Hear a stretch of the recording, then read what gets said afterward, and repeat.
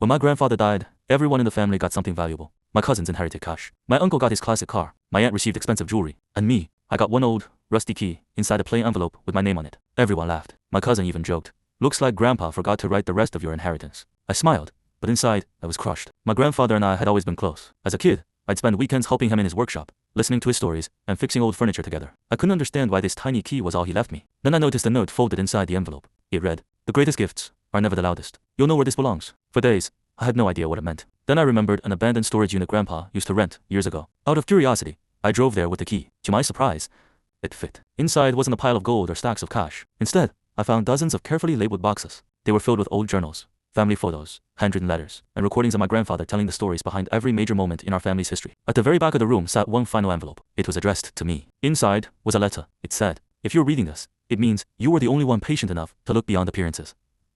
Money can be spent. Cars break down.